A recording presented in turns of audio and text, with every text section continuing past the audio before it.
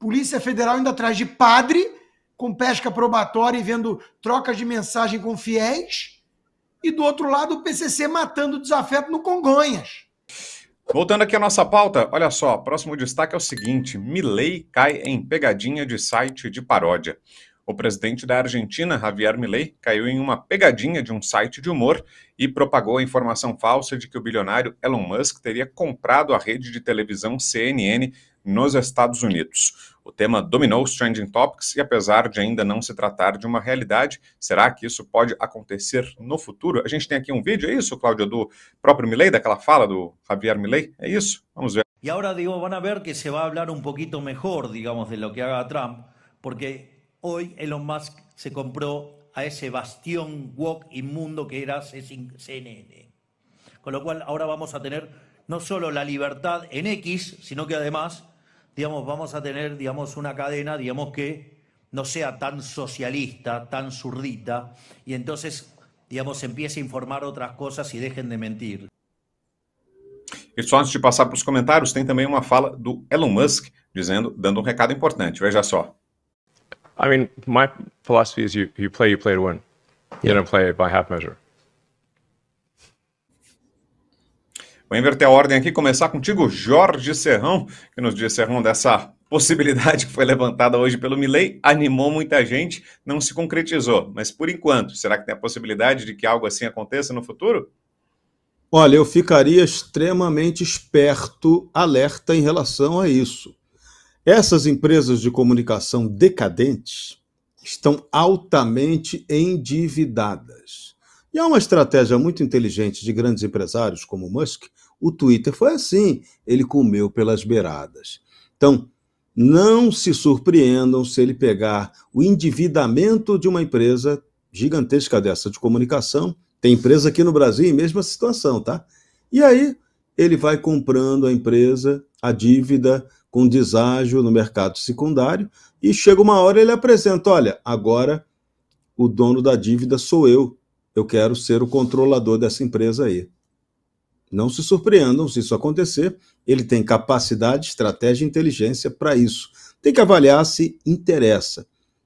Na verdade, o Trump está consolidando a colocação de satélites em volta do planeta, isso é fundamental para ele poder lançar de verdade tudo que vai ser usado tecnologicamente no avanço, na transição da era digital para a era quântica, que é o momento que a gente está vivendo.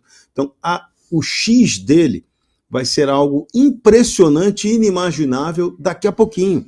A gente ainda não tem ideia do que ele vai fazer ali, mas dá para suspeitar que será uma mega revolução assim que o sistema dele de satélites e também de data centers estiver disponível para ele utilizar. Ele e outros players internacionais importantes. Então, essas empresas de mídia decadentes que estão aí hoje, devendo a Deus e o mundo, fazendo lacração woke, pegando dinheiro daqui, dinheiro dali, me socorre chinês. E essa turma está com os dias contados. Aguardem. Concorda, Consta? Será que um próximo passo do Elon Musk pode ser comprar um grupo de mídia, um canal de televisão? Eu não acho que ele vai fazer isso, não. Ele fez o X, gastou 44 bilhões da fortuna dele, foi fundamental para a estratégia dele, e pensar que tudo isso começou quando seu filho Xavier virou filha, né? E ele não aceitou muito bem isso. Assim como com o Trump, tudo começou naquela noite de gala, que o presidente faz piadinhas e o Obama humilhou o Donald Trump ali presente, e o Trump não engoliu muito bem a humilhação. Então, às vezes, né, tem o efeito borboleta das coisas. Ele comprou o X para essa estratégia, deu certo, mas eu não acho que ele vai querer virar um magnata da mídia. E talvez nem precise. Veja que o Jeff Bezos já está parabenizando de forma muito enfática a vitória espetacular do Trump, desejando boa sorte para a América. Ele é o dono do Washington Post e da Amazon. Um é o brinquedinho, o outro é o ganha-pão. Então, eu não acho que ele vai comprar. O Milei caiu nessa sátira aí e todo mundo só falou disso durante o dia todo hoje. O Elon Musk comprou a CNN. Por 3 bilhões não seria. Talvez a Globo. A Globo por 3 bilhãozinho talvez dê, né, hoje em dia. Mas eu não acho que ele vai comprar, não. Seria interessante, né? Seria interessante. A direita precisa de um veículo de comunicação decente.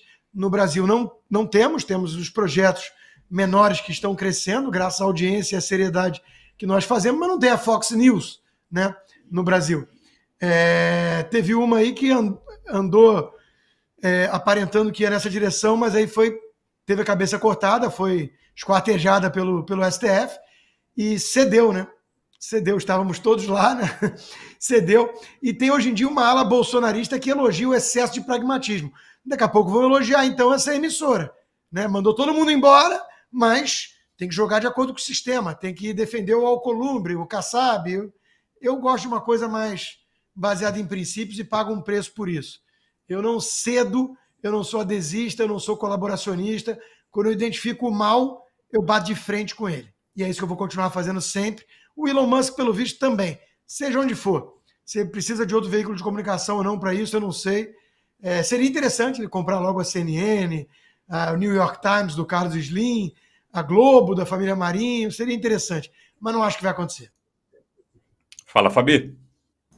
Eu já até pensei no SBT mesmo, viu, Musk? Né? Porque o SBT estava passando por mudanças, mas brincadeira à parte, ele nem precisa. Porque qual que é a tendência? A tendência é que as pessoas assistam cada vez menos essas TVs abertas e pode ver que a rede social tem ganhado força, as mídias independentes, as próprias plataformas, e ele tem o projeto de transformar o X numa plataforma concorrente dessa aqui que a gente está falando. E provavelmente, se ele pregar a mesma liberdade que se tem ali no próprio X, vai dar muito certo. Todo mundo sabe que aqui, nessa plataforma que a gente está dizendo, não pode falar várias palavrinhas, porque tem, né, a patrulha, o fiscal de falas, o fiscal de algoritmos, né? Então seria muito interessante, mas a gente sonhou, né? Eu sonhei. Imagina aqui chegando na CNN brasileira, o pessoal que fica rindo para aproveitar, para apresentar as coisas do Lula, aquelas catástrofes, eles estão rindo. Como seria interessante só espiar a cara deles, assim, falando, olha, agora a gente vai virar um veículo, assim, né, de verdade de imprensa, que vai relatar fatos, meu Deus do céu. Porque imaginam também Daniela Lima, porque não que está lá na Globo, a gente precisa sonhar um pouco, mas era um sonho. E eu concordo com essa visão aí do Constantino de sempre encarar, ver que tem um sistema e falar, olha, a gente precisa cooperar com o sistema, porque senão a gente não tem nada pragmático. Muito pragmatismo acaba levando o pouco que a gente tem, né? Então, assim, a gente não está nesse luxo aí, gente. Não dá para ficar escolhendo as coisas muito, mas princípios e valores, o pessoal anda irritado com essa frase, não sei porquê, mas deve ser exorcizado quem tem medo de princípios e valores, porque tudo começa por aí, né? Então, geralmente é o diabo que não curte muito princípios e valores. Fala, Serrão. Por isso que é fundamental, nesse momento de transformação da mídia no mundo inteiro, que a gente faça a defesa intransigente do valor fundamental que é a liberdade. Se a gente não tiver liberdade, não adianta a mais tecnológica mídia, porque ela vai ser uma porcaria, ela vai ser canalha, ela vai ser enganadora. Por isso que a gente não pode aceitar o movimento que já começou aqui no Brasil. Um deputado do PT já apresentou de novo um projetinho das fake news, uma variação da mesma coisa anterior. O Supremo Tribunal Federal, agora no dia 27, vai julgar duas ações que podem acabar regulamentando, pela via juristocrática, a questão das redes sociais, criando uma espécie de censura ou uma amarra para as redes sociais, obrigando-as a cumprir. Olha, se você tem que tirar o conteúdo se ele for ruim. Se você não tirar, você será punida. E isso é uma censura indireta. Você vai promover uma ameaça contra a liberdade de expressão que, vou repetir todo dia, é garantida na Constituição brasileira. Vou repetir novamente todo dia. Foi garantida, referendada, ratificada e confirmada pelo próprio Supremo Tribunal Federal na ADPF 130. Então, pelo amor de Deus, ou a gente faz a defesa séria e intransigente, nesse caso é intransigente mesmo, da liberdade, ou a gente vai perder tudo que tem do ponto de vista democrático. A nossa democracia foi sequestrada pela esquerdopatia e pela juristocracia no Brasil. Temos que recuperar a nossa democracia perdida.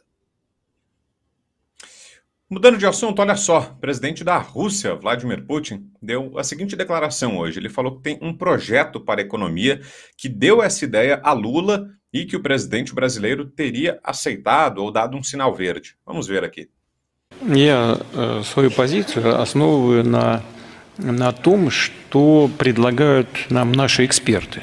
А когда какая-то идея генерируется, потом моя роль в том, прокачать эти идеи, эти предложения, предлагать эти идеи нашим партнерам. Я вот одну из таких идей и предложил президенту Луле. Он заинтересовался, он принимал наших экспертов у себя в Бразилии, причем на очень хорошем уровне, пригласил на эти встречи и представителей Центрального банка, и Министерства финансов, и, ну, в общем, практически весь экономический блок. И наши коллеги, друзья в Бразилии заинтересовали. О чем идет речь? Ну, первая новизна в чем? Мы предлагаем создать новую инвестиционную платформу, используя электронные активы, развивая их. То есть речь идет о том, чтобы создать такую платформу электронных платежей, с помощью которой можно было бы инвестировать в развивающиеся рынки, а это прежде всего рынки Южной Азии, África, отчасти Латинской Америки. Vamos lá, ouvir o economista aqui da bancada, Rodrigo Constantino. Qual a análise consta dessa proposta do Putin? O economista diz o seguinte: quando junta Putin e Lula, o segredo é ouvir o Trump e o Elon Musk. Na verdade, Brown, eu vou até ser sincero com vocês, né? Eu acompanhei o mercado acionário russo por 3 anos, fui para Moscou 3 vezes, trabalhava com o Paulo Guedes nessa época. E quando eu voltei, depois de muitas reuniões e tudo, muitos livros que eu li para entender do assunto do Putin, isso foi no começo. O Paulo Guedes sempre cobrou poder de síntese, né? E eu virei para ele numa reunião lá com os investidores, analistas e tudo, e falei: o Putin é o Pinochet lá do leste europeu. Ele falou: gostei. Autoritário em política, mas vai manter uma economia mais livre. Eu falei: é isso. E no início parecia que era o caso. E as empresas russas estavam até despontando. Tem muita riqueza natural, teve boom de petróleo e tudo mais. As empresas ganharam rios de dinheiro. Aí o lado político falou mais alto, ele foi perseguindo os oligarcas que se excitaram com o poder econômico, achando que era sinônimo de poder político, e acabou que ele teve que fechar tudo, controlar tudo, e a coisa está muito ruim desde então. Né? Mas não é professor de economia para ninguém.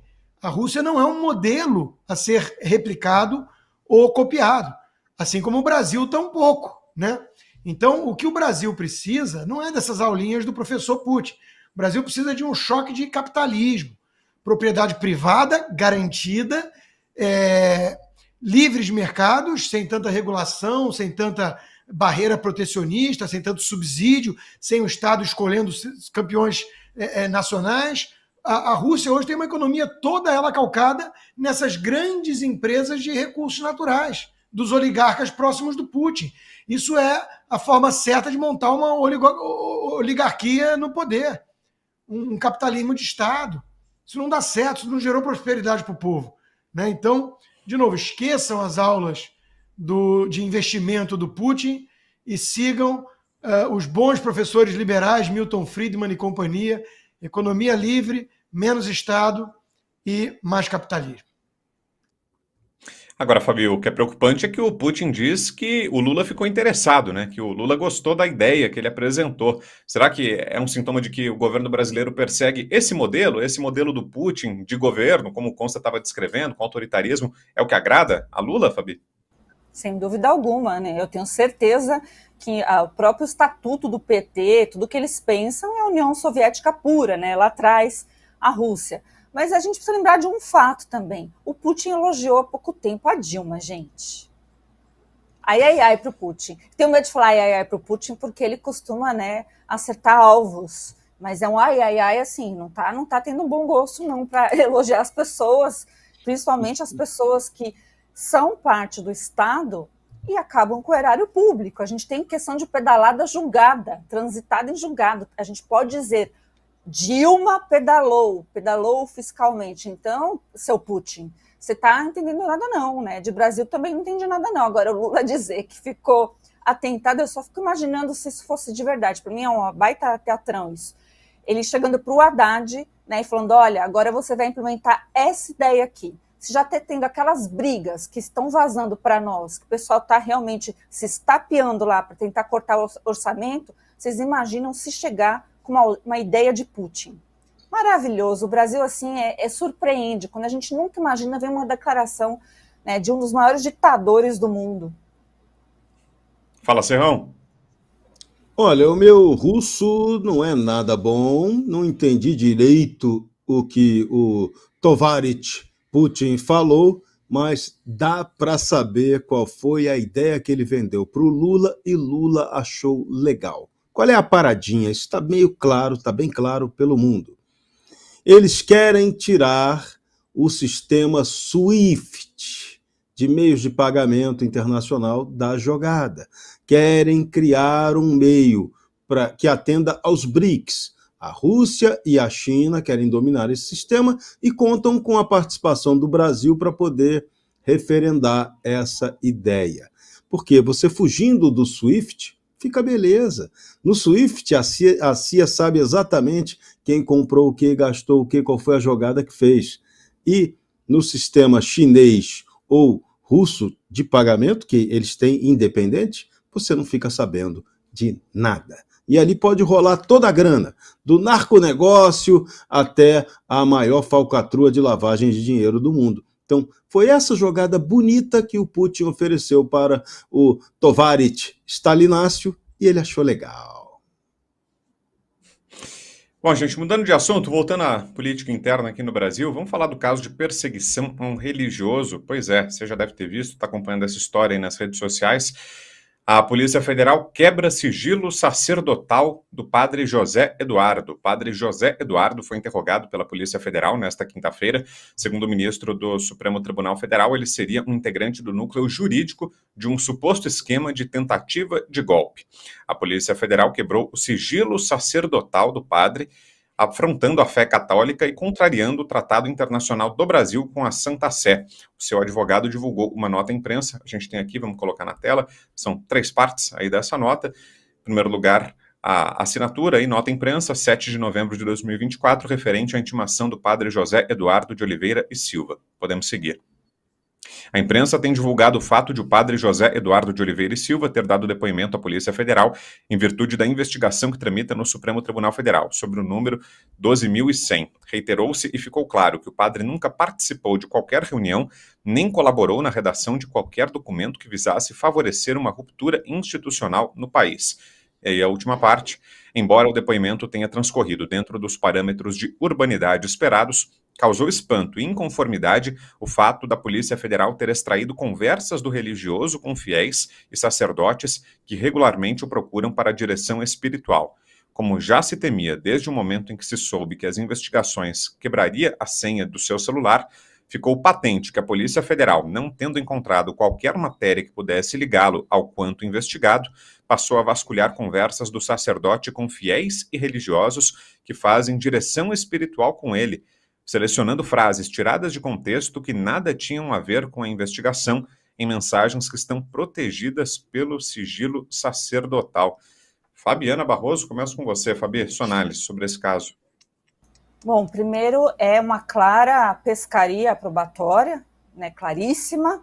Depois, preciso considerar que isso sempre foi respeitado no Brasil, tanto o sigilo de padres e de líderes religiosos, como também é equiparado ali até o sigilo profissional, né, de advogados ou psicólogos ou pessoas que têm o dever de guardar o sigilo. É interessante que quando é para decidir a favor, né, de advogados, que, por exemplo, o pessoal lá que coordenou a defesa do Adélio Bispo, aí não se pode violar de jeito nenhum. Imagina pegar um celular daquela galera, jamais. Aí, do outro lado, você vê um padre que é extremamente querido, que tem um papel importante, que fala a linguagem popular, que tem, sim, o direito, tanto o direito canônico, aí ligado aos tratados internacionais que protegem, e o Brasil tem, realmente, como falou, a defesa, mas eu não acho que isso foi uma violação do segredo sacerdotal, não.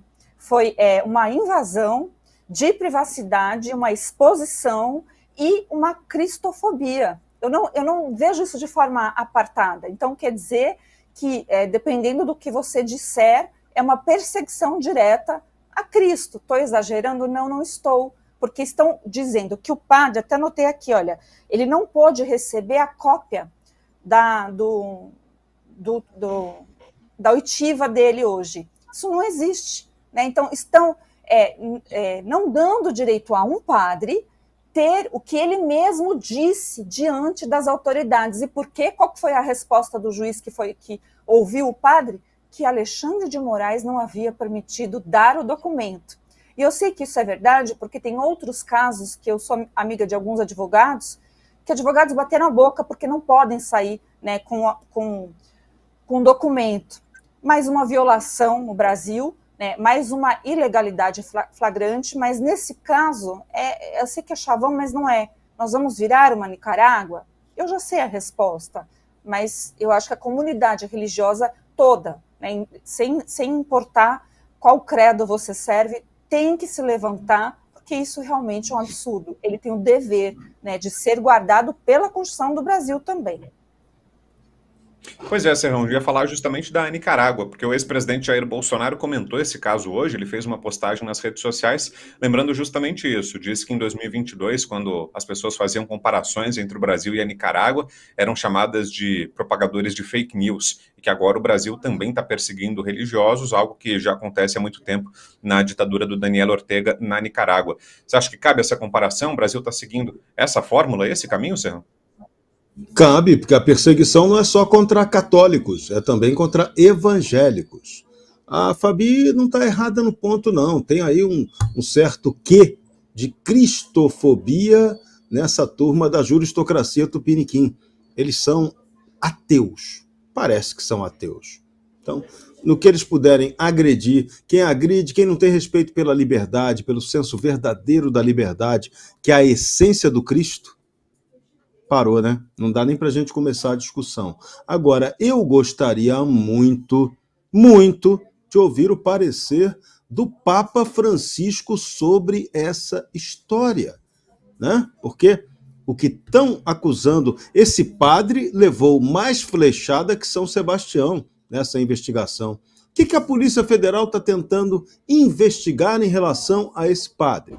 Ele está sendo suspeito de fazer parte, olha o tamanho da doideira, de fazer parte do núcleo jurídico que pensou na elaboração de um golpe de Estado para a tomada do poder no 8 de janeiro. É sério, gente, eu não estou de sacanagem, não. É isso. Esse padre está sendo investigado por isso. Agora imagina se um padre vai ter condição de elaborar juridicamente instrumentos para um golpe de Estado. Fala sério. É muita doideira um negócio desse, mas nós estamos nesse nível de maluquice. E detalhe, o ponto aí, o padre, vamos lá, quantos foram? 256 condenados até agora no 8 de janeiro. Houve 476 acordos firmados com o Supremo Tribunal Federal, apenas 4 absolvições, mas nesse rolo todo aqui, quem está condenado no bolo vai ter que pagar uma dívida aí de 5 milhões de reais. De onde essas pessoas, a maioria pobres que estão ali processadas, vão arrumar dinheiro para isso? Essa sentença acabou com a vida deles. Passaporte? Se essa turma pensa que vai poder viajar, o passaporte desses condenados está apreendido até o fim da execução da sentença deles. Gente, isso daí me lembra o quê? Uma União Soviética, uma distopia autoritária de qualquer um outro país? Não houve tentativa de golpe de Estado para a tomada do poder. Esse é o ponto real da história brasileira, que um dia, Deus queira, seja retomado.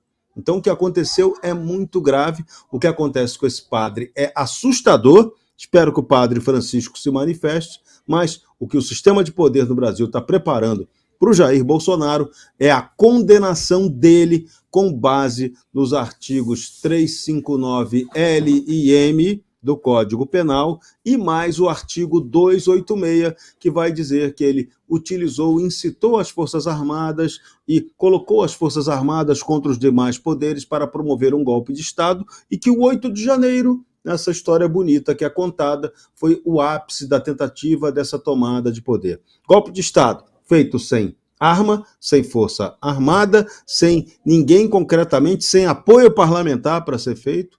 Enfim, a maior farsa da história do Brasil, e isso está sendo tratado com normalidade pela mídia canalha tupiniquim. Eu não aceito. Não aceito isso, não sou idiota, não sou mané, não aceito esse tipo de doideira. O sistema de poder no Brasil teve a chance, o Lula tomou o poder, eles tiveram a chance de manter o jogo pacificado. Eles nunca quiseram pacificar nada. Eles queriam a vingança e continuam na vingança e acham que vão continuar nesse ritmo de vingança até o fim. Pergunta se o Donald Trump vai deixar isso acontecer. Pergunta. Vamos lá. Você, Constar? Eu vou fazer coro aqui na gravidade do que aconteceu. É Nicarágua já. Começa com perseguição a um padre, aliás, muito querido, já entrevistei, muito bom, padre José Eduardo, por posicionamento político dele, mas isso era para perseguição de padres em geral. A gente sabe que a esquerda comunista odeia o cristianismo e tem como meta destruir o principal obstáculo ao seu projeto totalitário de poder. Né? O Lula já meio que confessou isso lá atrás, tinha que tentar se infiltrar na esquerda, a teologia da libertação foi isso, esse papa meio esquerdista, e eu estou sendo generoso no meio, não ajuda. Imagina a falta que faz um Papa João Paulo II nessa hora, para colocar ordem na bagunça, para dizer... Então, ou o Ratzinger também. O Brasil está indo na direção da Nicarágua, mas muito rápido. É inaceitável isso que estão fazendo com o padre José Eduardo. Pesca probatória, intimidação. Enquanto a Polícia Federal se presta a esse papelão de jagunços, o PCC estava matando um desafeto no Congonhas, atirando em 3 pessoas. Isso é Brasil, meus amigos, virou narco-estado no Congonhas, porra. O que falta para a turma entender a gravidade do que está acontecendo no país? Polícia Federal indo atrás de padre, com pesca probatória e vendo trocas de mensagem com fiéis, e do outro lado o PCC matando o desafeto no Congonhas. Faz o Lé com Cré aí, turma. Faz uma conexão do que está acontecendo com o Brasil. Nicarágua misturada com México. Narco-estado com ditadura totalitária comunista. Tá divertido para vocês? Então, de novo, eu estou no papel de alertar, né? Me sinto às vezes como Cassandra. Até porque tem gente da direita que acha que a solução vai passar por direita caçabista. Tarcísio com Kassab ou Nunes. Aí complica.